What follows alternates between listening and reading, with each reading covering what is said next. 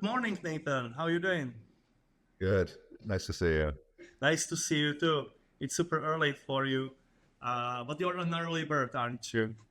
I am. Yeah, this is actually not that early for me. So it's Okay, 7 a.m. I'm in Hawaii. 7 a.m. is good for you. All right. So, for people who don't know you, can you introduce yourself? Sure. Yeah. I'm Nathan Marz. I'm the founder of Repot Labs. I have a long history in the corporate community. I'm using it in 2010. Did a whole bunch of like open source libraries. Probably my most well-known one is Spectre, Yeah. released a while ago. I think it's been like 10 years since I released that. But before that, I did like I think my first big one I did was Cascalog. It was like a data log. I think it might have been the first Clojure data log tool. It was Mhm. compiled data log MapReduce like back in the days. But now, I've been working on this startup Repot Labs for a long time. We made a tool called Rama, which is a Yeah. very, very large scope, and we're going to talk about it a lot today. Yes. Uh, Yeah. that's that's what I've been focused on for many, many years. And besides being involved in the Clojure ecosystem, it seems to me that one of your expertise is distributed systems, isn't it?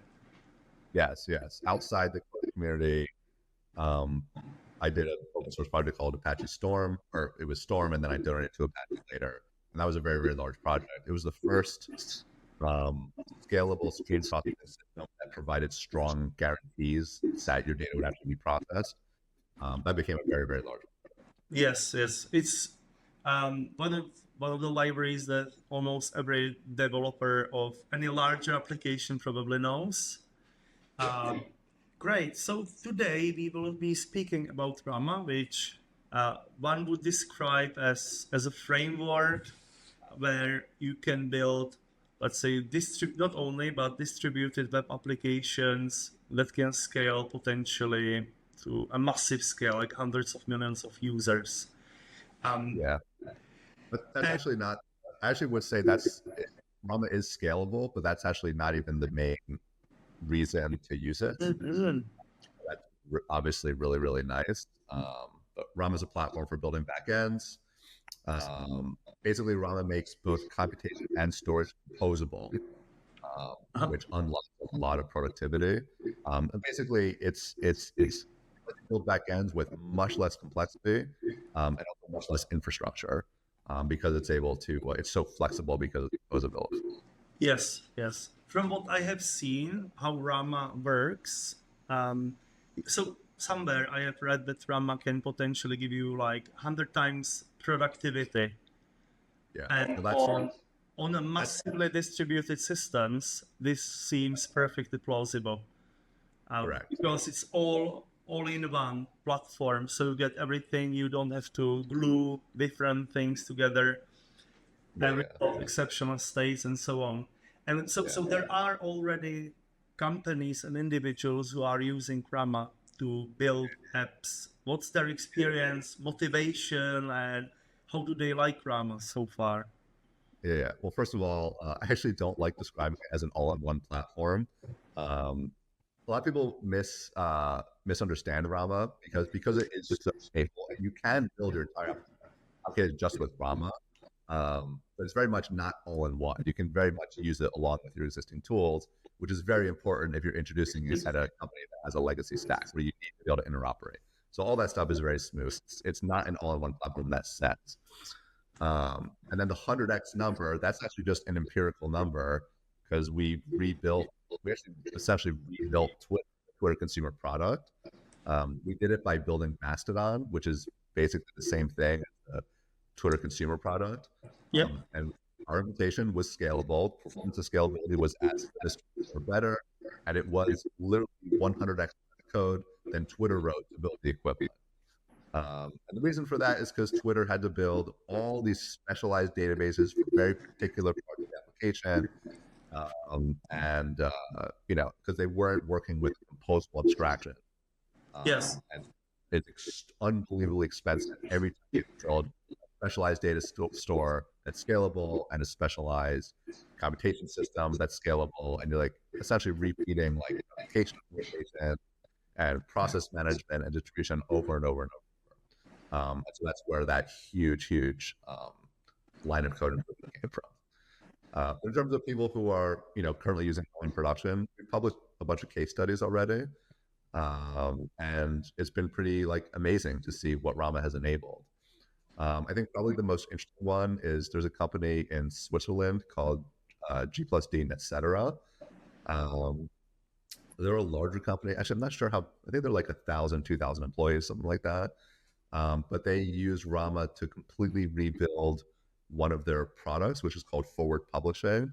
And Forward Publishing powers digital newspapers throughout Switzerland, and I think it's primarily Switzerland and Germany.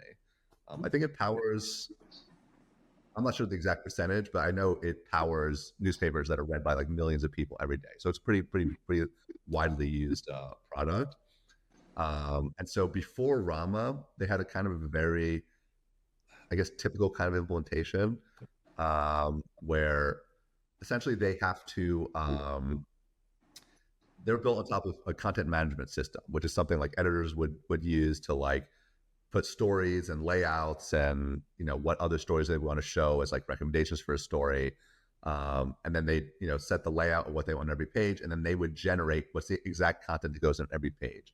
And these specifications that their user would use are pretty complex, and they can be pretty dynamic. So it's pretty computational intensive to actually compute what a particular page would be, whether it's a home page or whether it's the page for a particular story, along with the recommendations and stuff. And so what they did before is they would, it needs to be dynamic, right? It needs to update as the underlying content is updated. So they would just recompute it on an interval, right? So every 10 minutes or something, it would expire and they'd recompute it. They do this really expensive thing. And so they were super reliant on the cache. So they could compute it, put in the cache, and then reuse it. But the problem is that whenever they recomputed it, it was super intensive on the underlying content management system. And that led to problems sometimes like outages and downtime, especially if the cache system had any problems. And so what Rama enabled them to do is to transform the entire architecture to be event-driven, because Rama is a event source system where you write reactive code to create these materialized applications. And you have a ton of flexibility there. And so one thing what motivated them to do this is that they realized that these recomputations they were doing, the actual deltas are pretty small. So most of the recomputation is the same, because the differences are relatively small. What actually changes, maybe an editor just changes one paragraph of one story, but you're recomputing all the stuff around it, right? Just because they're doing a very coarse-grained thing. So Rama let them flip that, make it event-driven and incremental.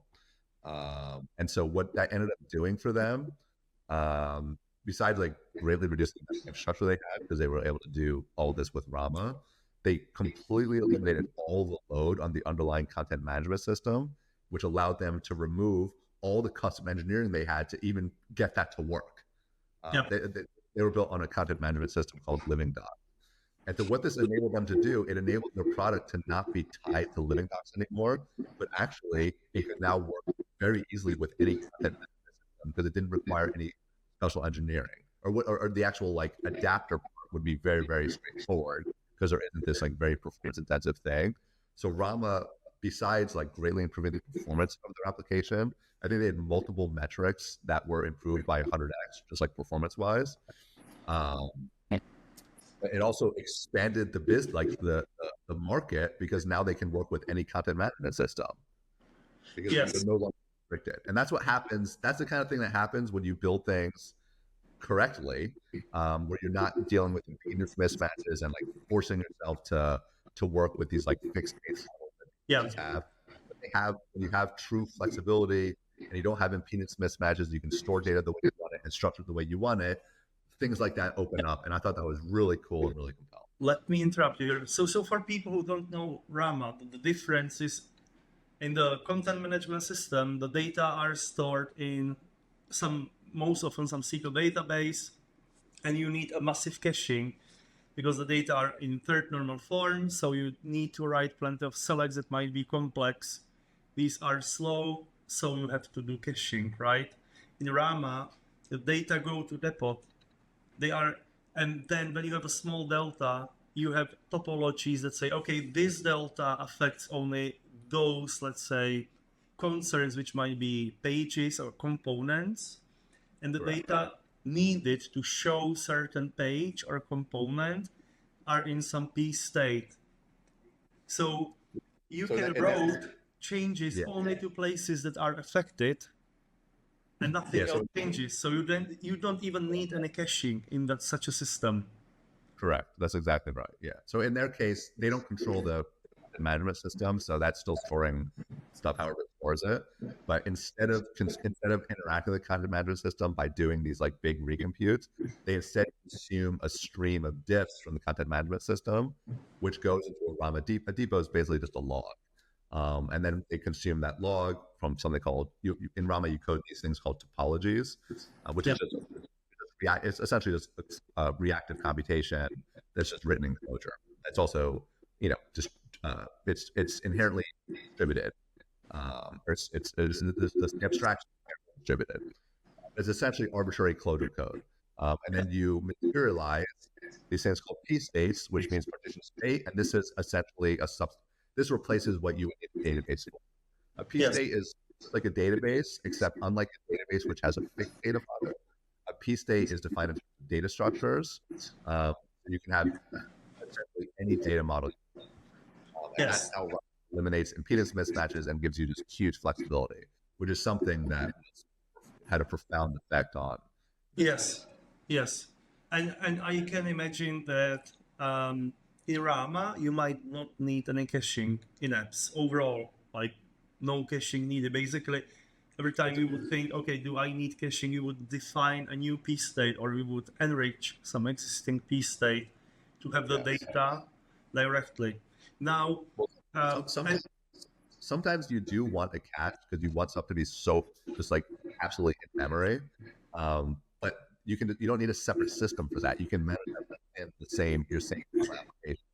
yes, yes. The next thing is so the data come to depots, then there are processed through topologies, they end up in P states, and all this is replicated across multiple nodes, more or less instantly or very quickly. So you don't end up in a situation where you send a change and it affects, for example, one P state is already updated, so you see the page with the new P state, but some component on the same page might take data from another P state, and it might show, let's say, like comments 6, number of comments 5, because it wasn't updated. So you need to replicate everything really quickly, and also make sure that like it's atomic if possible, if not atomic, as close to atomic as possible. So how is this all implemented? Yeah. Well, that's not exactly what replication is. Replication, yeah. So you're referring to stuff in multiple P states, and that you're referring to atomicity, right? So that's a separate thing. But Rama has very strong ACID semantics. I would actually say it's stronger than Postgres, like the guarantees that it gives you, and also simpler. Because like with Rama, with like a relational database, you have to deal with isolation levels, and with Rama, you don't need to deal with that explicitly because you essentially get the optimal isolation level. Because Rama combines both computation and storage, it just gives you the optimal isolation level depending on the exact context that you're in. And then in addition to like ACID semantics, there's replication. What replication does is it means that you store data internally is stored redundantly, so it's replicated. So that makes you to machine failure, right? So if you lose a machine, you can switch, you can serve you can switch to a different node to serve that portion of the data. And the way Rama implements replication is it guarantees that once something has become visible, like externally visible, it's guaranteed not to progress, right? So it's guaranteed that all future leaders will serve the same information. That's essentially the core replication guarantee, and it's like ridiculously hard to implement. That's probably where we have spent the most time over the years. The other thing that's very important is that the reason why it was so hard to implement, Rama, there's basically two ways people go about implementing replication. There's snapshot-based replication and there's incremental replication. Yep. Snapshot-based replication is very coarse-grained and it's not efficient. You essentially just snapshot the state of your, you know, uh, durable indexes Yeah. or databases, and then you just like, let's say, snapshot it once per hour. So you just like essentially copy the whole thing to like some other place to store it, and then but then if you have a leader switch, you start from the latest snapshot, but then you have to stream in all the changes since then to get you back to the state you were. So the Yep. time to have a like a leader switch can be very, very long with snapshot based replication, like very long. Yep. And Rama doesn't implement that. And a lot of systems do because it's a lot easier to implement. Rama implements incremental replication. So that means that changes are streamed to replicas as you go. So when there's a leader dies, the other replicas are ready to take over immediately with no delay whatsoever. So when a new node connects, what happens? How is it synchronized? Yeah, let me pull up some visuals as well. 1 second. Okay, so I actually have a really good page in the Rama docs for this that you can actually see how it works.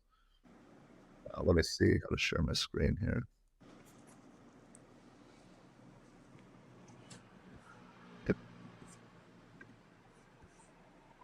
Okay, you can see this? Yes. Yeah, so this is the replication page that talks about how replication works. So first of all, this is like what the replication would look like, right? And so Rama, a Rama application is called a module, and a module contains essentially any amount of the computation storage for your application. You can always split your application across multiple modules, but from the perspective of Rama, a module is the deployment unit. And a module is divided into things called tasks, which are essentially a partition of the module, and every task does a portion of the computation and also a portion of the storage, right? So if you have a PState, let's say you have 64 tasks in your module and you have 3 PStates, every task will have one partition of each of those PStates, right? As well as handling, essentially 1/64 of the computation. This is a visual of how a module would be physically deployed when you send it to Rama. And so here you can see there's things called task threads. And so every task thread will run some subset of the tasks. And the replication is done on the task thread basis. So here we can see we have a task thread that has tasks 2 and 10. Here's a task thread with tasks 0 and 8. And you can see that they're replicated, right? So you can see that 0 and 8 exists on this node, and it also exists on this node. Likewise, 2 and 10 task thread is on this first node, also on the second node. Yep. And you can see the same node never has the same task thread twice, because that would completely defeat the purpose of replication, right? Yep. Actually, these are replicated, right? So these are kept the same. And the way Rama works is that for each task set thread, so let's say you have replication factor of 2, that means every task thread will exist twice. One of the task threads will be the leader, and the other task threads will be followers. So like, here's an example of a distribution, right? So here we have 04 as the leader on this top left node, and it's a follower on the bottom right node. And this is just with replication factor of 2. And the way Rama works is that all the actual writes go through the leader. All the reads and writes go through the leader. And so the leader will apply those reads and serve those, or apply those writes and serve those reads. And any writes are going to be streamed to followers as it goes.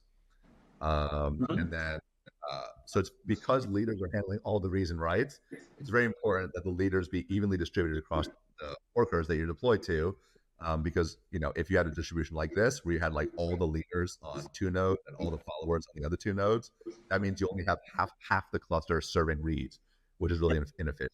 But in this setup here, it's balanced. So you have all 4 nodes are doing both reads and writes. Okay, so that's just broadly, that's like the setup for how just like the high level of what replication does. Now, in terms of how it works, there are these the core concepts in replication are called the ISR and the OSR. The ISR means in sync replicas, and the OSR means out of sync replicas. And so Rama, you have to handle both of those cases to have a proper replication implementation. There's a variety of reasons why a follower can become out of sync. And if it's out of sync, it is not eligible to become a leader. anymore, because if an out of sync replica became a leader, you would have a regression where suddenly stuff that was visible is no longer visible, right? And so something can be out of sync, like maybe the node is down. Maybe it's down for hours for some reason. And then when it comes back, that follower is now behind by hours and is going to need to catch up. And so it's important that it catches up in the most efficient way possible, but that it's not eligible to become a leader until it's completely caught up. And so Rama handles the ISR and the OSR. Like ISR just means it is caught up and it is eligible to become a leader. Okay, that makes sense, right? In terms of yeah. Okay. Now,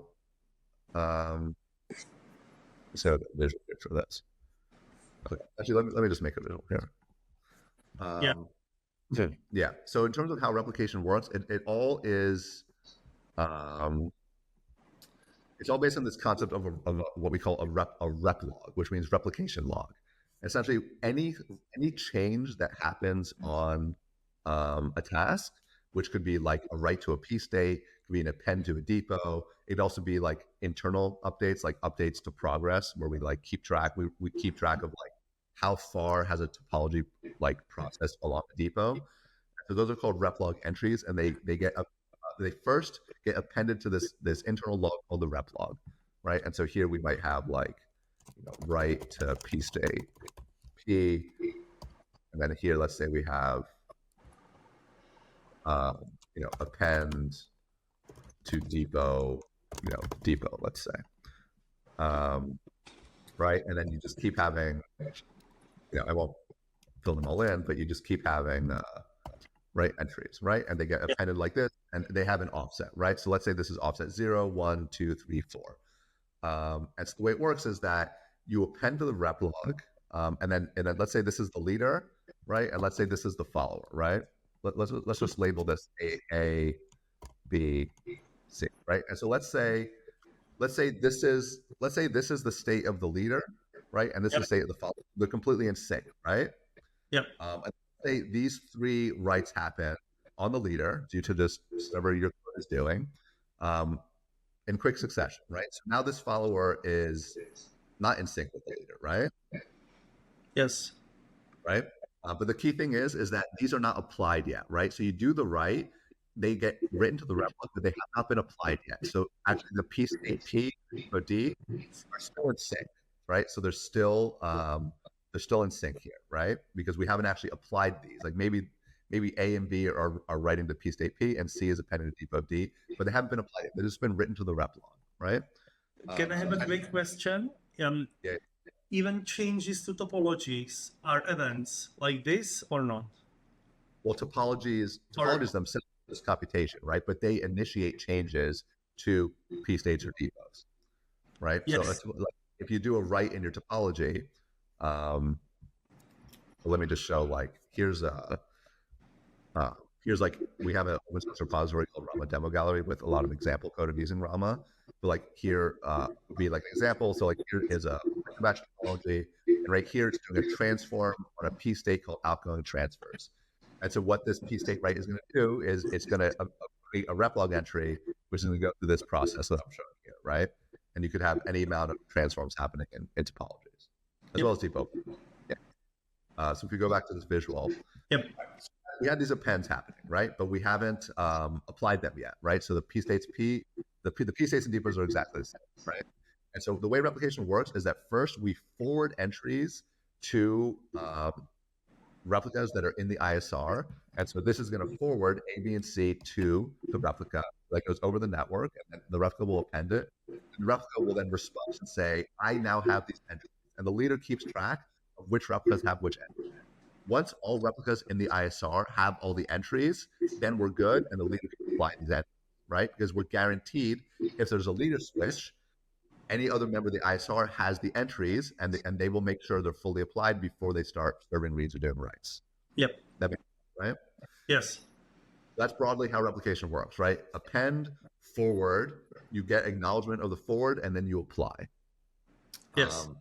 Now, where it gets more complicated is when stuff goes wrong, right? So let's say you as the leader, let's say this hasn't been said yet. Let's say you have replication factor of 2. So we just have the leader here and we have the followers. And let's say you send A, B, and C to the follower, but you don't get an acknowledgement back, right? So what do? Yeah. Right? And so the way it works is that there's something called a stall timer, right? So followers have, by default, it defaults to 2.5 seconds. So the followers have up to 2.5 seconds to respond to that. If they do not acknowledge that within 2.5 seconds, then the leader has to decide, okay, what do I do here? I seem to have a follower that is unable to keep up with me. And so what at that point, the leader looks at something called the min ISR setting, which is that's another setting you have when deploying a module, which is besides the replication factor, you can also say what's the minimum number of replicas that need to be in the ISR such that we will apply any rights whatsoever. So if you were to deploy with replication factor of 2 and min ISR of also 2, that means you cannot apply any rights unless you know that they are on all the replicas. So if you have a stall, or if the replica doesn't respond, there's nothing you can do because you cannot satisfy min ISR if you were to apply right now. That would actually violate min ISR. So in that case, you would be stalled completely. And so essentially, if min ISR is equal to replication factor, you are not tolerant of any failures whatsoever. Yeah. Right? Yes. So typically, you would not run with that. You would run with, by default, you would run with min ISR of 1 less than replication factor. So you're tolerant to one of your replicas being problematic, right? And so in that case, you would have min ISR 1. So in that case, what the leader would do is it would first, before applying these rights, it would just replica out of the ISR and put it in the OSR, which makes it ineligible to become a leader. Yes. And once it's ineligible to become a leader, then it can apply these entries because we're guaranteed that there are no other replicas that can become a leader that don't have these entries. Right? And I have a question. At every single moment, is there only one leader? Correct. Yeah, there's only one leader for a replica group. So there's like a leader election process to actually choose a leader. And the leaders basically the leaders will be the same unless there's some sort of disturbance in the cluster such that it has to switch for some reason. But generally they would be the same. So that's the core of how replication works, right? All timer, and then the key thing is that if you're having a problem with replica, you kick them out of the ISR first before you apply the entries, and that maintains this property of when something becomes visible, it is going to be visible on all future leaders as well. Yes. Right. Okay. So the last part of this is let's say we have tons of entries here. Let's say the follower has been down for a long time. Let's say there's like hundreds of thousands of entries that is behind on, right? Yes. And so, so the rep log, the rep log, we don't keep all the entries on the rep log for all time because that would actually just use up an incredible amount of disk space because it's completely redundant with the actual storage of your actual PStates and decodes. So we only keep the last 200 entries, right?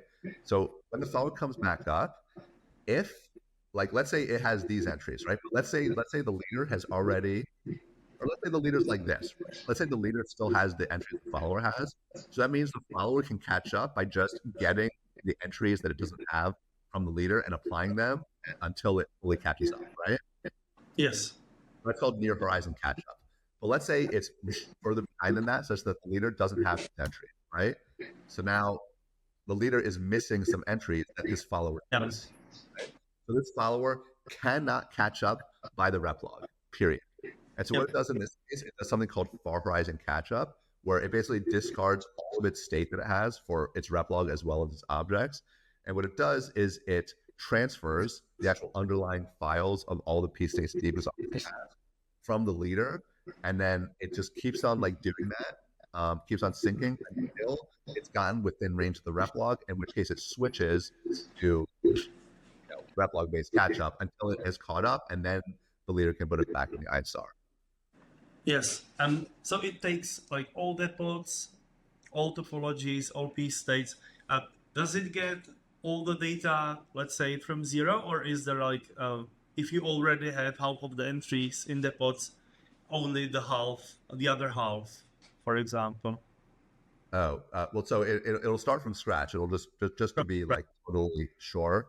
Yeah, it'll start from scratch, and it'll do it over multiple rounds, right? So let's say maybe do one round, Yeah. um, but then again, it takes a while to you could be transferring like hundreds of gigabytes of data or more, and so while you're transferring, the rep log keeps advancing and keeps on dropping stuff to the Yes. back. So Yes. maybe the transfer takes so long that you're still not in range of the rep log. So you do another round of transfer, but this next one is incremental, where you only transfer the stuff that you haven't gotten yet. And so what you're transferring for like PStates, it'll be things like SST files and write-ahead log files. Yeah. And so most of those will be the same, and it'll only be, on the second transfer, much, much less that you actually have to transfer. And for depots, it'll just be log segments. That'll be fully incremental, right? And so maybe on the first round of transfer, like the rep log offset you would need to catch up would be starting from, let's say, offset 1,000. But let's say the leader has already trimmed that. So it only has the rep log starting from 2,000, right? Yeah. So then you do a round of transfer, but this is much faster. So now the second round of transfer, now you're within range of what the leader's rep log has, and then you can switch to incremental. Yes. Yes. All right. So So that's the high. I won't go into more. There's like quite a lot more details, and the devil is very much in the details in terms of like the amount of like testing we had to do to get this like functional and handling all of the failure cases. High level, that is how it works. That is like the core of incremental replication, and very much the core of Rama. I can imagine. Yes, yes. So today we agreed not to walk through whole Rama, but we will touch a couple of topics. Let's move on micro batching implementation. So when you have those topologies and you are processing new items in the pods, and you turn them into PStates changes or new items in PStates, you have a logic which is like Turing complete, transformation logic, and you might process items one by one, or you can do those in batches. What is advantage of using batches or micro batching, and how is it implemented? Yeah. So there's two types of topologies in Rama. One's called streaming, the other one's called micro batching. The idea behind streaming is that you process data as it arrives, and then essentially the model is like is like each piece of data is processed independently, and they will be processed in parallel, but you kind of process each independently, right? So maybe let me show. Let me show my screen again. Cool. So if you go back to Rama demo gallery, so here's like an example of using streaming. All right, so streaming is processing data one at a time. And so if we look at like an example of that here, so like here we declare a stream topology, and then we have a couple depots here. This module is doing user registration, or it's showing how to do like user registration, profile management. So we have a depot which is going to be logging all the registration events. There are attempted registrations of a username. And this would be like a depot of profile edits. We actually just edit someone's profile. So down here we can see for this topology, we're going to subscribe to this depot, right? So we have a subscription to registration depot here, and then down here we have a subscription to the profile edits depot. And so the model of streaming is one at a time. And so again, like you're processing data in parallel, but from the perspective of writing topology, you kind of think you process each piece of data independently. Yes. So in this case, every piece of information off the registration depot is going to be destructured here. And so this would have like fields. Here's the username we're trying to register, and here's the password hash we're trying to register with. And this is the logic to do that. And then the actual processing can just do whatever it wants. It's arbitrary code. So like here would be like storing a key state. Then we have some conditional logic. And then we have like another transfer down here. Over here is called a partitioner. So this actually switches tasks. So the code up here and the code down here can be running on completely different nodes. That's one of the cool things about data flow is that you write the code linearly, even though you're switching tasks basically at will. You don't have to write like callback functions or anything like that. And then you can see here it's writing to another PState here. And so the way streaming works is that, again, it's this one at a time processing, and the atomicity is on the event level, right? So anything you do before you partition is going to be atomic. So if right here, we only have one transform here, but let's say you had like multiple transforms to like multiple PStates or also multiple transforms to the same PState, all those will go through atomically. So when viewing the information of that task, you will see all those changes go through, or if there's a failure, none of them will go through. So that's the atomicity level. So this is in contrast to microbatching, which works differently. And the idea behind microbatching is that we're going to process data as batches, and you run one microbatch at a time. And when the microbatch finishes, the next microbatch will process all the data across all depots that has accumulated since the last microbatch. So there's a few trade-offs between streaming and microbatching. So if we go back to atomicity, so streaming had that like event level atomicity, microbatching is actually stronger. Microbatching is actually a cross-partition transaction in every case. No matter what your code is doing, the whole thing is a cross-partition transaction. So all changes across all tasks that happen during the microbatch go through atomically, which is really powerful. So this example here is a bank transfer module, showing how you like a bank transfer, taking funds from one user and giving it to another user. So obviously, if you were to do something like take funds from one user and then fail to give it to the other user, that's a complete disaster and completely violates like what a bank is supposed to do. So microbatch topology is really good for this because it provides that guarantee, because the funds for each user can be on different tasks, right? So you need that cross-partition transaction. So some of the other trade-offs between them. So stream processing is it's either at least once processing or at most once processing. That's just the nature of what you do with streaming. Microbatching is exactly once processing, no matter what you're doing with your microbatch. So it's exactly once according to the updates in your PStates. So no matter how many failures there are, no matter how many times the topology needs to retry, both PStates would be as if there were no failures at all. Yes. So those are very, very strong guarantees. Now the trade-off is that update latency, right? So microbatch topologies have a minimum latency of like a few hundred milliseconds, where streaming can have an update latency as low as 1 millisecond. So that's the trade-off between them. So if something needs to be like very interactive, then you probably should use a stream topology. Otherwise, you're probably better off with a microbatch topology. So that's like high level what topologies are and like the guarantees that they provide. Now the implementation of microbatching is really interesting because like how does it provide these such strong guarantees? I have one question. So do I understand it correctly that microbatching is not that Rama itself is batching events or data to be processed, but it's more like the client calling Rama stores multiple changes, appends multiple things in one unit of work. No, that's not. Absolutely Which turns it into a transaction, more or less. No. So you just like in this case, let's look at like bank transfer, right? So we have two depots here. We have transfer depot and deposit depot. You can actually look at what these are, right? So transfers would be a record containing an ID for the transfer, which would be like a UID, what the user we're transferring from, what's the user we're transferring to, and what's the amount. Yeah. Right. And a deposit would be a user ID, and then how much are we just adding to that, right? So this is what you're appending, right? Let's say we just finished the last microbatch, and then there is you look at what have you processed on each depot, right? And let's say since you processed the last microbatch, there's been 100 new transfers and 50 new deposits. And so the next microbatch is just going to process everything that's accumulated that it hasn't processed yet, right? So it'll process those 100 transfers, those 50 deposits as one batch, right?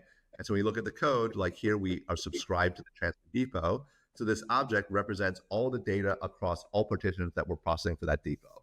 So this will contain in it, once you actually like open it, which is done here, it'll contain all of that data. And so microbatch, you can actually do batch stuff where you can like do you can actually look at all the data like as a unit. In this case, it doesn't need to do that, but you can do that. But in terms of like the actual underlying processing, you are not as a user explicitly batching anything. You're just putting stuff into a depot. It's just a log of all the events. But underneath the hood, the way it works is that it processes them in batches. Whereas with streaming, you would append to the depot and it would go straight to the stream. Yes. It would be Yes. So matching. what if I need to implement multi-transfer? Like 5 transactions must happen, or none of them must happen? So that would be a different that would be a different location, right? So you'd probably have a different you would have like right. So probably Yeah. data would be Yes. So I would like give multiple 2 user IDs and multiple amounts, and yeah. multi-transfer would contain a bunch of transfers, right? So in that case, that's different, right? These are not we're not independently doing the transfers. So we would in that case we would that's a different form of data, and that would be a different implementation of the processing to actually guarantee that. Okay. So Okay. that's how you would approach that. Right. Yeah. Right. Yeah. Now in terms of Yeah. so in terms of implementation, we can actually look. I have a little visual here, and then we can actually look at some of the code of the implementation. This is all like explained very well in the docs, but this is essentially how it works, the implementation. But I'll show you how it maps to code. But the idea is that microbatching internally revolves around something called a microbatch ID, and a microbatch ID increments every time you succeed in a microbatch. The first one will be 0, next one will be 1, next one will be 2, and so on, right? And that's the ID for the entire microbatch, like for the whole module across all of your tasks. And the idea is that we also have a version of the microbatch ID, and that's essentially the attempt number, right? So the first attempt is going to be version 0. If it fails, the next attempt will be version 1, and so on. And you just keep on attempting until it succeeds. And so here's how microbatching works, right? So let's say we're on microbatch ID 10, right? And so we will first increment the version, right? We're going to start at 0, right? So we'll have microbatch ID 0 here. We do the priming phase, right? Now, your code that you implemented is going to be in the processing phase here, right? So we have a step before your code runs. And what the priming phase does is it broadcasts all tasks in the cluster, and it resets all of the PStates to whatever their state was at the end of the last microbatch, right? And so if we're running the first microbatch after the last microbatch, well, they're already at that state, so the priming phase is very cheap, right? So we don't have to do anything because it's already at that state. Now, let's say we ran a whole microbatch, and let's say we did some partial writes to some PStates, but not to others. We never finished because there was a failure. In that case, the priming phase has to do something because now it needs to reset the state of those PStates, right? And you're going to see we have this phase called the commit phase where we are going to essentially snapshot the state so that they can be reverted to later if we need to, right? Essentially, that's what the priming phase does. We reset to exactly the state of the last microbatch, right? And then once all the PStates are at the state of the last microbatch, then we can run the processing phase, which is your code, which can be arbitrarily complex, and that's going to go ahead and it's going to run computation all your across all tasks, potentially switching tasks as it goes and doing any number of PState writes across all your tasks, right? Then once the processing phase finishes, now we have all the PStates written to, although they are not visible yet. So it's just written to in an internal view. Anyone trying to do client reads the PStates are not going to see that yet because it hasn't been replicated yet. But then we have the commit phase, and this is the part where we finalize the microbatch, right? And so what we do is we replicate all the data. We also snapshot it on disk, and this internally uses a lot of hard linking of files. So we snapshot it on disk, and essentially every PState, essentially every PState on disk, it would be like P, and then we'd have the batch ID here, and then we would have the disk contents, right? Yeah. It would be task ID, microbatch ID disk. So this is like the on disk thing, right? So every microbatch, and we also have something called in progress. So basically, when your technology is processing, it's writing to in progress, and during the commit phase, it's going to snapshot in progress to a new microbatch ID. Yes. Sorry, the actual structure is like this. Yeah, to new microbatch ID, and then we only keep the last 2 microbatch IDs, right? Because we don't need anything more than that. And so this directory is constantly changing with new microbatch ID, right? It'll be like 101, and then on the next commit will be 101, 102, and so on and so on and so on, right? But you always have in progress, right? And so priming is going to take the commit we need from here and replace in progress with that state, right? Yeah. And committing takes in progress, makes a new microbatch ID here, and then deletes the one that we don't need anymore, right? That's what the commit phase is doing. Right? And then once the commit phase is done, and once we have confirmed that has succeeded across all tasks, then we can increment the microbatch ID, and then we do the next microbatch, right? So that's how it's that's how it works. And you can see here that is where the exactly once guarantee and the cross partition transaction guarantee comes from, right? Because all the commits happen at the end at the same time, and everything becomes visible at the same time. And it's exactly once because of priming, right? Because we reset the state before we start processing. So again, no matter how many times it fails, every attempt is starting from the same state, and so that's where those guarantees come from. Yes, great. Thanks for the explanation. I believe we should move on to speak about the topic. Let me show how it works. Yeah, go ahead. Pretty cool, yeah. So here I have the Rama source. So this is going to be so this would be it, right?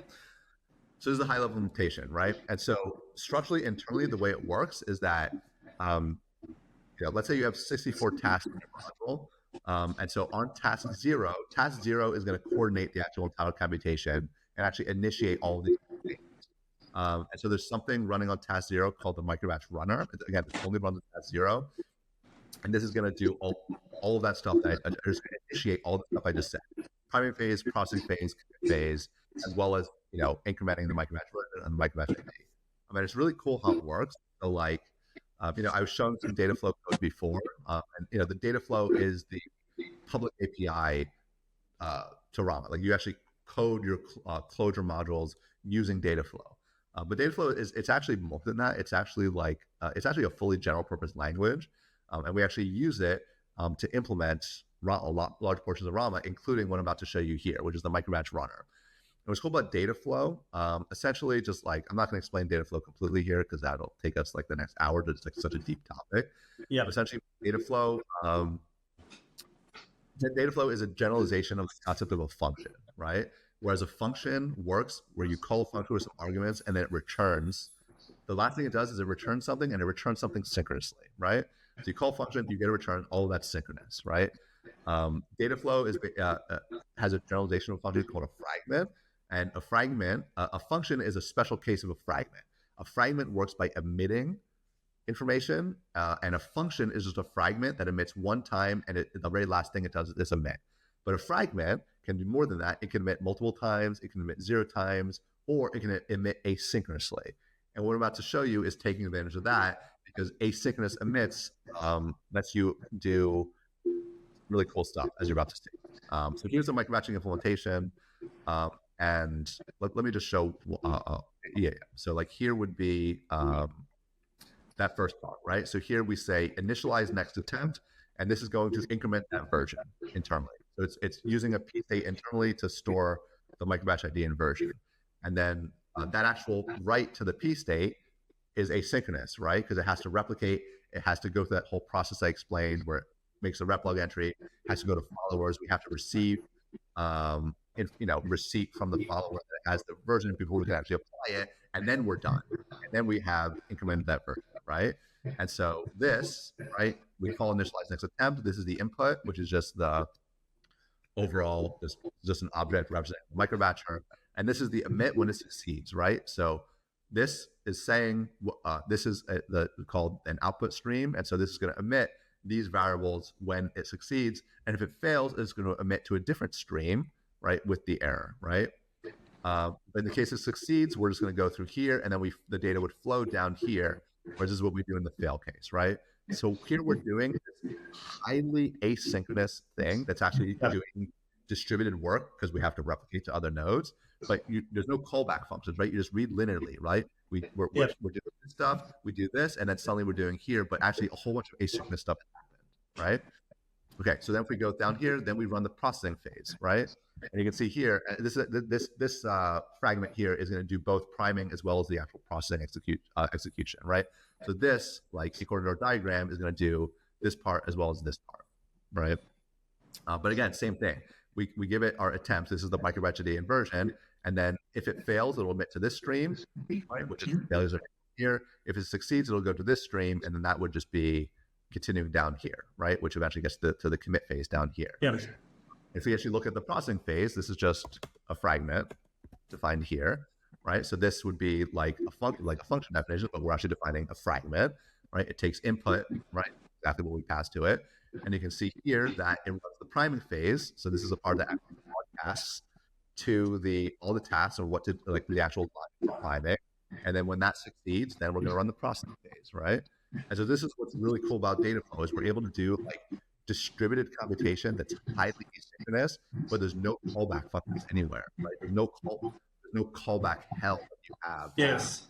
When you don't, right? It's just all read linearly. It says you do this and you do this, right? And the implementation is doing this. If we have to look at the planning phase, this is the part where we actually do the broadcast. And so here, the way priming works is really cool too. Yeah, these are the inputs to it. And then down here is where we do the actual work. So here we have a broadcast. So this is saying we want to send an event to run on every single task. But you can see the event is just defined as an anonymous fragment, right? So this is also a fragment which emits, and then it works just like anonymous functions, right? You can use stuff in your lexical closure. So in this case, like topology ID variable is from the lexical closure that's from over here, right? But then this event will actually get serialized and set to every single task and run on every single task, able to use any information that was in this closure, just like you can with functions. But we're doing distributed computation, right? How are those things implemented underneath? Is it like continuations from other Lisps or? Correct. So Dataflow compiles bytecode, like just like Clojure does, this is actually not using. So Rama can actually do like the Dataflow language can do like first class continuations. This is not doing that though. Here we're just creating an anonymous fragment, and then we are just here we're sending it to all tasks in this broadcast summary. But there's other things that you will use continuations, just not this in particular. Yep. But this is how Rama is programmed, right? We use Dataflow to streamline and coordinate distributed computation, and then we're able to specify what we want to do on other tasks by just making an anonymous fragment like this that does whatever you want using whatever you want in lexical Clojure, and then you send it across all other tasks. And it's completely seamless. Mm-hmm. That's what I wanted to show. I think it's like really cool how that works. It's very cool indeed. All right, so let's move on to speak about PStates. So one thing is normally in Clojure terminology, PState would be something like persistent state, but it's a partition state, which means it's partitioned by, for example, organization ID or user ID or date time, for example, depending on how you need to store and distribute the data across servers. And underneath, you are using RocksDB, right?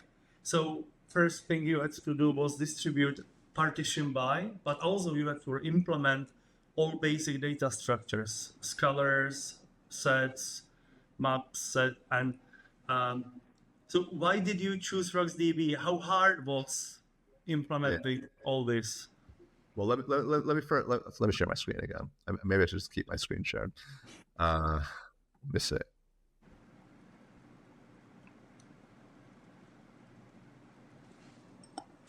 Okay, let me show again a few examples, right? So, okay, so a PState serves the role that a database does, right? And so we already talked about how Rama has very strong asset semantics, right? Which is not just the PStates, but also how PStates interact with computation, right? Now, PStates themselves, unlike a database, they have a flexible data model, right? And so PStates, what a PState does is determined by its schema, which is any combination of data structures, right? So like here in like bank transfer example, right? We have a bunch of different PStates. One is funds. So this is going to be storing the amount of funds every user has in their account, right? So this is just a map from a user ID to the amount of funds they have, right? But in this case, a map of long to long. So this is equivalent to like a key value database. Down here would be like outgoing transfers, and so this requires a different structure because we're doing something different, right? So this is a map this is keeping track of all the transfers that a user has attempted to do or all transfers that have been attempted that would take money from this user and give it to another user, right? And so this would be a map from user ID to then a map of the transfer ID, and then for that would be another map. This is called a fixed key schema. So this has a fixed set of keys, each with a different schema, right? So we keep track of, for this transfer, who we tried to transfer to, what was the amount we tried to transfer, and whether it was successful or not, right? Success in this case is based on whether you had enough funds to do the transfer. This subindex thing here all that means is that this data structure can be very large. So the elements should be indexed on disk individually instead of serializing the whole thing as one value. Yep. So basically, if a data structure can have like more than a few hundred elements, you subindex it. Otherwise, it works exactly like a regular data structure. And so with Rama, like instead of having some fixed data model and some, very idiosyncratic API for interacting with that fixed data model, you would interact with it as a data structure, right? You interact with the normal Clojure data structure. And this, by the way, this is equivalent to like something like Cassandra, right? Where Cassandra is essentially this combination of data. Essentially, every data model is a combination of data structures, but then you're fixed in that particular combination. Like Datomic also is a fixed data model, where it actually indexes everything 4 different ways. Just to less various combinations of and the attribute value. And so Rama gives you a huge amount of flexibility where you can structure things exactly in the way that's optimal for your application.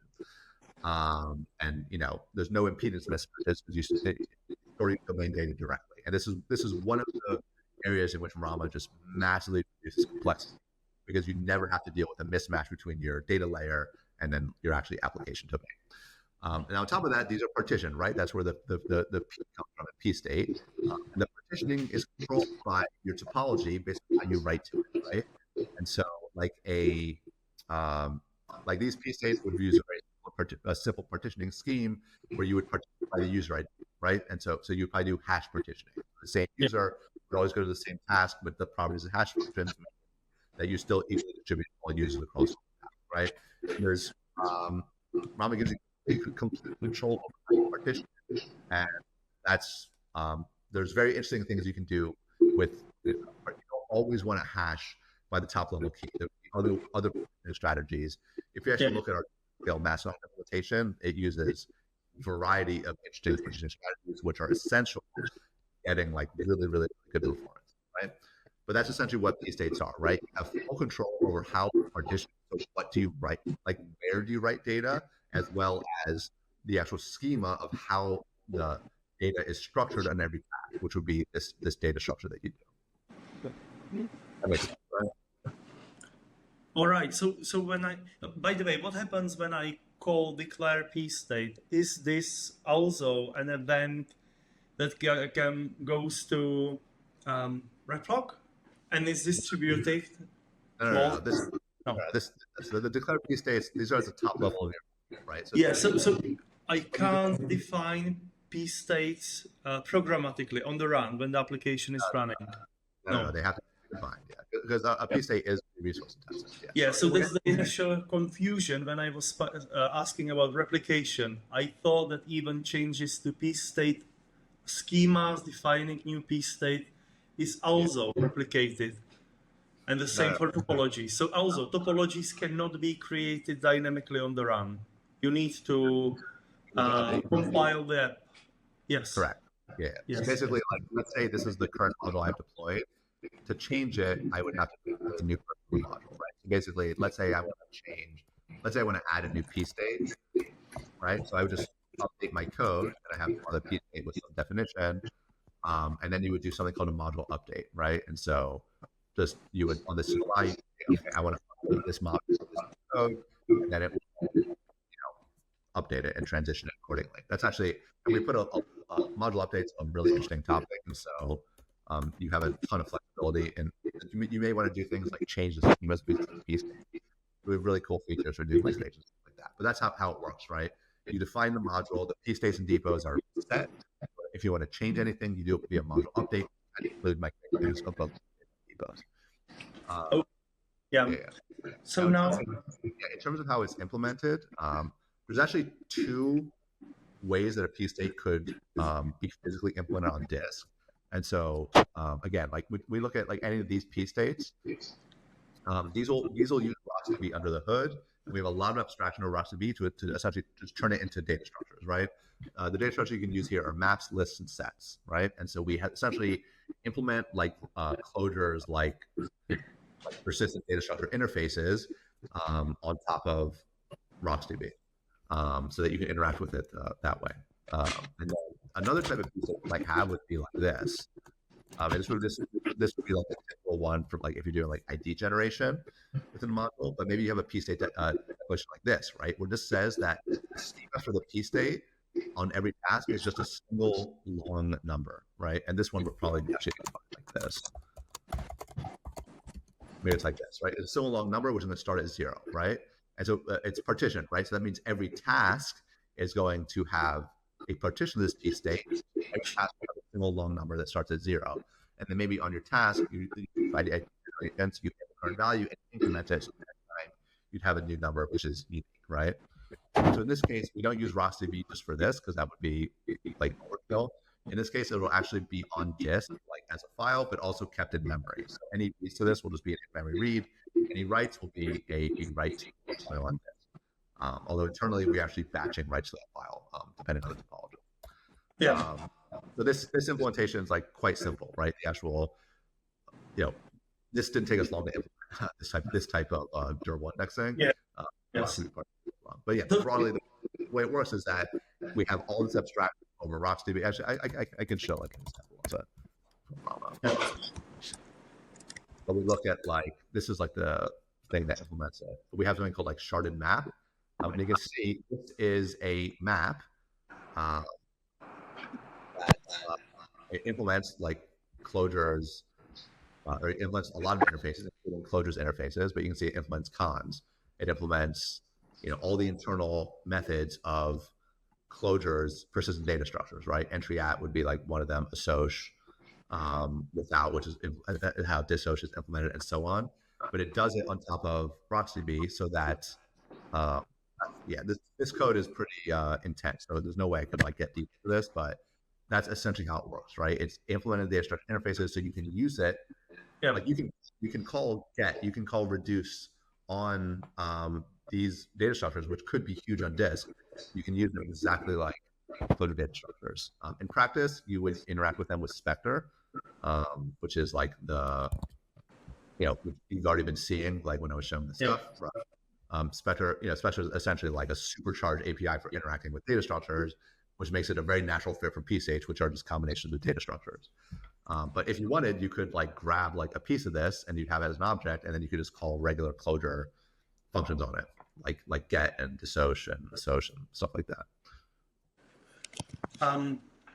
So you use RocksDB for that, which is key value storage. It's using log structured match trees, which is super fast to write, but you had to implement all of those data structures yourself. Was the reason for RocksDB how fast it is on the write, or was there another reason? Well, RocksDB is just a high quality log structure merge implementation, which is what we were looking for this. So it's very fast on writes. It's got reason, like very, it does a good job with compaction, and it also has very good read performance. And also, especially RocksDB. So essentially, like we look at like one of these PState schemas. So top level data structures and subindex data structures are actually going to be sorted on disk, and so it means it's also very efficient for like range queries, right? So there's actually a different one that has an example of this, but this is like an analytics example. So here we have a PState. It sort of time series information, right? So down here would be a subindexed map, which is a bucket. This is a time bucket, like an hour bucket, and then like some stats for that bucket. And so here, like from like a client, let's say I have a PState client for Windows Stats. So let's say Windows Stats client. Let's imagine I'm just in some like in your web server, right? And so here I could say something like foreign select, key path. This is URL analytics, right? Foo.com, and then we'll say we're going to use the hour granularity, and then we want to say sorted map range. So I want all buckets between hours, 1,000 and 1,500, right?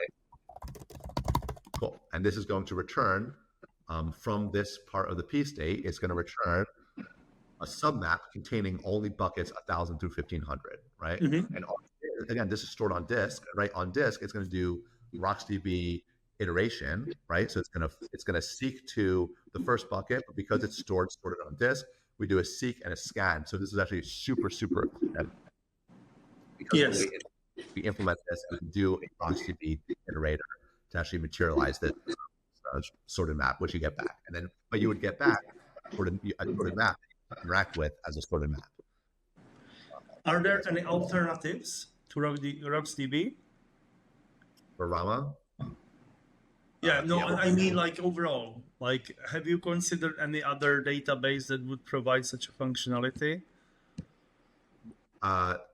No, because we actually, before we did RocksDB, we started doing implementing trees ourselves, and we realized that was a really stupid idea. Initially, we thought we would work more like fine-grained control and integration, and so we started implementing trees ourselves, and then we realized we didn't. It make a lot more sense to just use like a hardened, tool like RocksDB to do that. In the future, we may. In the future we may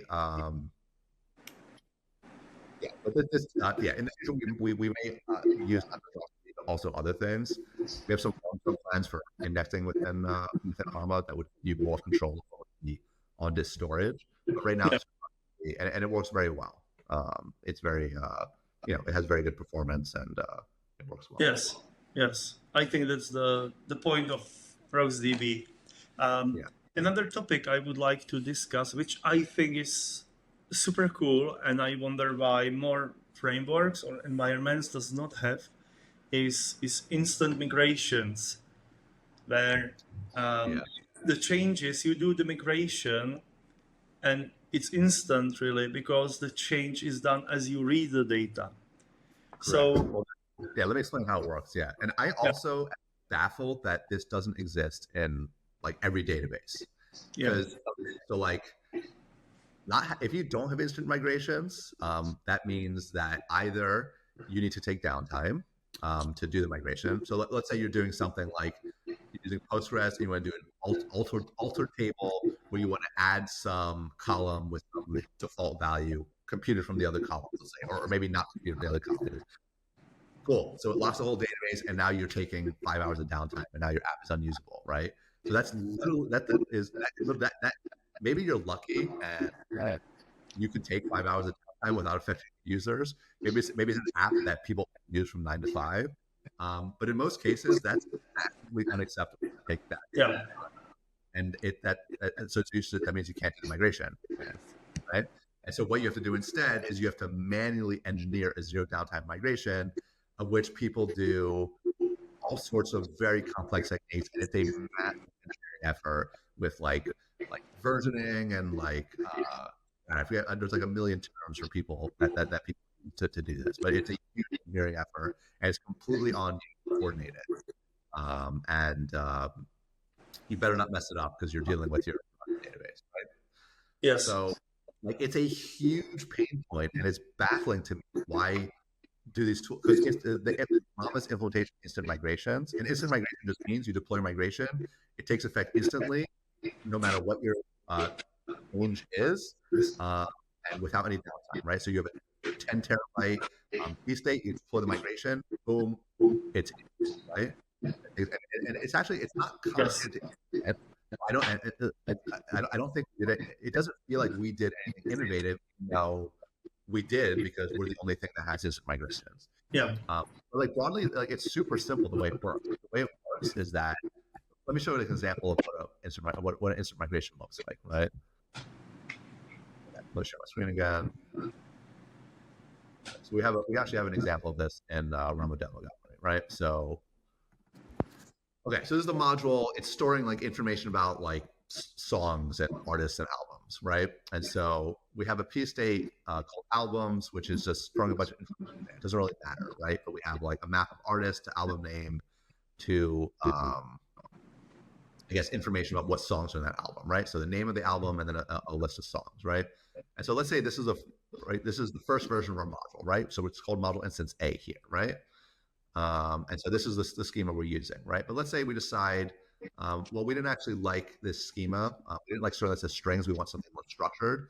We want an actual song type here, right? Yeah, really see here for the album or something like yeah. Whatever you want to put in here, right? We don't want it a string. We want like a first class type, right? And so we actually want it to be structured like this, where instead of a vector of strings, it's a vector of songs, like an actual first class type with whatever information is in it, right? And so with Rama, the way you do it is again, you have your current module running, so this will be running on your cluster. Let me actually show what it looks like for a module to run on a cluster. This is just some internal clusters that we have. Yeah, we're basically running clusters 24/7 that are like doing chaos testing to really, as part of how we test Rama. But, like this would be like a module that's running. Actually, let me show the other cluster because that one's doing module updates. Yeah, this cluster is running, as you can see, 5 modules. So this module, you can see that this is the current instance of the module that's running, right?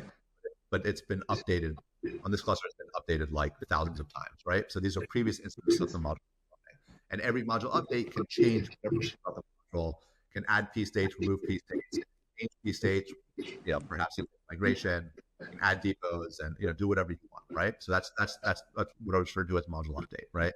So in this case, this would be like one instance of the module, and then over here would be another, let's say another instance of the module that you would deploy later, right? In practice, you wouldn't have them literally as 2 different modules in the same file. It would be like 2 versions of the module, managed version. This is for the purposes of this like example, right?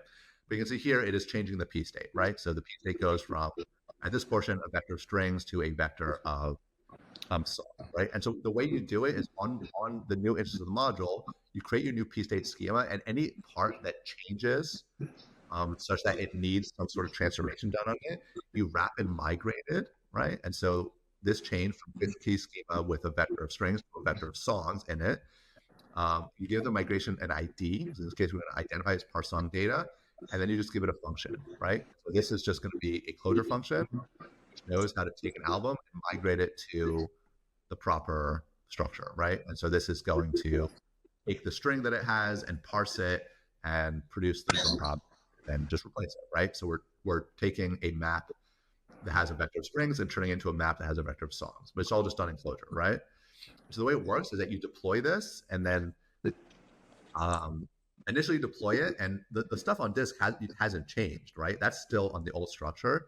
And so what Rama does is that on any sort of read, any sort of access to this PState, it will run your migration function on read. So from the perspective of anyone working with this module, including the topology code here, it's going to see songs, not strings, right? Because it's migrated on read, right? And then what Rama does in the background, it will slowly iterate through the actual on-disk structure and migrate it on disk, right? And then once it has finished doing that, then it stops migrating on read because it knows everything on disk has been migrated, right? And then the actual disk work on background is throttled so that we don't like use up all the resources on the cluster, and it will just make progress. And then you can see, and then you can actually see like UI. We actually have let me see if there's any in progress migrations right now. This is a cluster which does chaos testing during migrations. All right, nothing's running right now, but it looks like it finished. But here, like we can look at a PState which did a migration. Oh, it's not showing that it's not in progress, right? But normally if it's in progress, you'd have additional charts here showing how much progress it's made on the migration until it's complete, right? And the reason we have these migration IDs here is because you may want to do a module update while the migration is still running. And so as long as the migration ID is the same, it's just going to, on the module update, continue the migration where it left off. Whereas if you change them, like maybe you made it here and you need to change something about the migration, you could put a new one in, right? And then you could it'll start from the beginning, and then you could fix maybe whatever mistake you made, right? But that's essentially what the migrations ideas do. So it's like super simple, this API. The implementation is also, I mean, there's some details they very complex, but the effect this has is like profound because you're not dealing with one of two very bad options: either downtime, which is brutal, or this very, very expensive engineering effort, which is going to take weeks, and it's going to be a brutal amount of coordination to actually like what. Instead, you just write a So, code, and you deploy so it. when you deploy a new version of the module instance, or so it recognizes that the module has changed, the code has changed, Correct. So, which so means you should create a new instance. And correct. so the topology by the go Yeah. ahead. So when you do a module update, which is just a one line like CLI command. So Rama will compile your module and it'll look at what's in the module and compare it with what's currently deployed in the cluster. And so it will validate that you're doing valid changes, right? So like let's say I tried to do this module update without this migrated thing, right? So I'm changing the schema from strings to song. It will actually reject the update because it cannot, like a song is not a string, right? So Rama will reject that update because it's invalid. It'll tell you that you need to do a migration to actually change. And so that's what the update does, right? It looks at all the objects. It will reject it if you're trying to do something invalid. Otherwise, it will go through and then, according to whatever you've specified here. Yeah. So and then once it sees, okay, there was some change in a module, does it start recomputing the whole depot through topology to new PState, or does it? It continues running. Yes. Yeah. So module update is it's all. This is another really cool thing about Rama. So like, you're using this like very high level composable powerful abstractions that is capable of the entire backend end to end, right? Instead of having a separate queue system and multiple databases and a separate thing for application, right? It's unified in one abstraction, right? So we've built very high quality deployment routines that are built in that can just do very high quality, fault tolerant and efficient and updates for you, right? And so the update is highly coordinated. So you do an update and it deploys the new version of the application, usually co-located with the existing one or the new version of the module, and then it transitions responsibility between them in a highly coordinated way.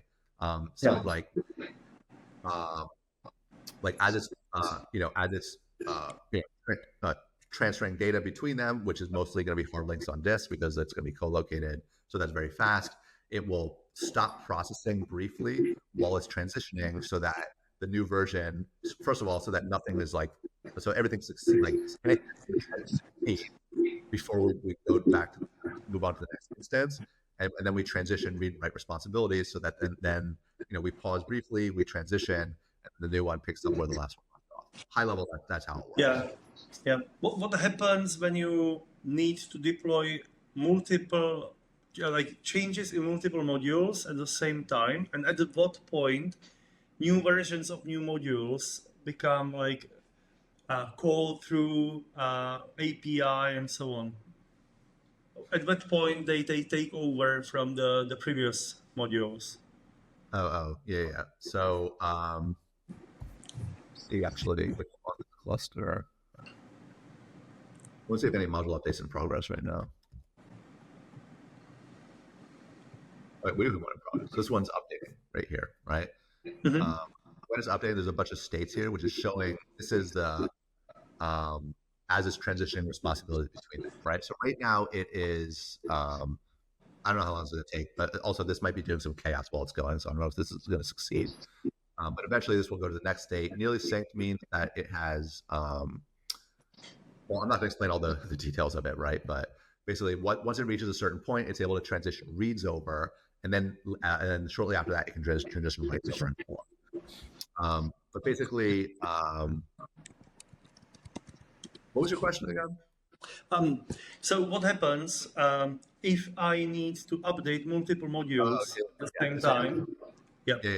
Yeah. So modules are managed independently, right? And you can have dependencies between modules. So in this case, we have like in this what we have deployed here, like core here has a dependency on social graph. It's I think it depends on both PStates and decodes, right? And so when you update a module, your clients automatically transition, whether it's another module or whether it's your client that's running in your web server serving your web application, right? Because the clients are in terms of modules, not particular module instances, right? And so that's another thing that, by the way, Rama validates when you deploy is that you're not violating any dependencies, right? So in this case, like, or it's depending on a P-state social graph. So if you try to do a module update to social graph that removes that P-state, it'll be rejected because that violates core, right? Because core is dependent on that. Yeah, but the clients again they just transition automatically, right? So they're reading from one worker on one machine, right? Module equals that worker now on a different machine that's serving that data, and then the client just internally will just transition the network, just totally like it's like you don't experience yourself as a user. You're just doing big calls, and in one moment it's coming from this one machine for this one module instance. The next moment it's coming from another machine for a different module instance for the same module. Interesting. All right. So now what's in the roadmap for Rama at this moment? Yeah, so we got some cool stuff coming up. Yeah, so something really cool that we have coming up, I'm really excited about, is security. So we're adding like full authentication authorization to Rama, so you can actually specify, and it'll integrate with whatever authentication provider you want to use. We're going to ship with the default that's built into Rama, but most likely an organization would have like something they're already using for like their other systems, right? And this will let you set permissions on who's allowed to read from a particular module, who's allowed to write from it, and who's allowed to actually administer it, to actually like update it. So we're excited about that. That'll be really cool, and it's just going to like integrate really well with all our other features. Another thing we're working on is we're starting to work on some open source stuff on top of Rama, like built on top of Rama's primitives. So one of the things we're working on now is an R tree implementation. So R tree is for spatial indexing. Wait, stuff spatially, especially when stuff is not uniformly distributed, as it basically never is, right? And so it organizes space into a tree. So the tree, go to the tree, has about the same amount of stuff in it, and then it's going to be able to very efficiently and also in a scalable way, answer queries like get me all objects that are within this distance from this other object and stuff like that. And it's going to be a distributed parallel implementation because it's built on Scalable. Okay. Is there any app to see, for example, current runs of topologies, or a tool to view what's in my PStates in a visually attractive way? Oh yeah, we have that on our list actually, to like a visual explorer for a PState, which would just be a data structure explorer. I think there might be some stuff people built in the Clojure community for data structures that we might be able to. Anyway, that would be cool. Like you see a map and you'd see age of the keys I've been. So we could certainly do that. That would be cool. Actually, I mean, anyone could do that because you're just using the PState client API, right? Generally, right now to explore PState, I would just open Clojure REPL. I would get a PState client, and I would just do queries to it using Spectre. It looks more visual. Viewing in the cluster UI, which I did a little bit. When you look at a topology page, it shows you topology, such as progress, right? So you can see like how far it's progressed along each depot, as well as stats about how long processing is taking and stuff like that. Right. We have but go ahead. The visual PState is cool. We'll probably do that at some point. It's just not a roadmap now. But we also have some other open source stuff that we're working on, which I'm not going to bring up. We haven't announced it yet, but in a few months we have like a pretty big thing coming. That's it's basically like it's essentially a developer tool for domain built on top of Rama, so it inherits all the experience of Rama in terms of like end-to-end deployment, integrated storage and stuff like that. But it'll be for a particular domain. It has to do its own with a very simple API. Use this tool. You don't actually need to know how to use Rama at all. Essentially, it's going to be using Rama as like a platform for another developer tool, which we see as a really interesting direction for Rama. Yes. How we can use it or enable other people to take advantage of it, as well as other people can use Rama for that purpose to build their own developer tools. So that's within a few months we'll be announcing that. I'm really excited for it. Great, thank you. I have a last question. So if people wanted to support you or Rama, what can they do or build? Yeah. Well, Rama's free to use, so it's free to use up to 2 nodes. So for any small medium-sized application, Rama is really, really good, and you don't have to pay us anything for that. We only charge a license fee if you want to run bigger clusters or use like more advanced features that we have. And then in terms of obviously love to get more Rama users. The Rama channel on Clojure is pretty active, so that's a great place to come if you have questions or want to discuss things. And otherwise, have fun and have fun getting your mind bent, because Rama is pretty mind bending. It's got a lot of new concepts, but it will definitely make you a stronger programmer because of just how much you'll learn by using it. Yes. It shows, like when you see somebody who is logged into Clojure and at the same time into distributed computing, you get plenty of mind-bending concepts in one. Yeah. Thank you very much. It was a pleasure to meet you and see you. And I hope we can do a catch-up, let's say in a year or two, and speak about the new things you have built or you will build. Sure. Sounds good. Nice talking to you. Perfect. Thank you.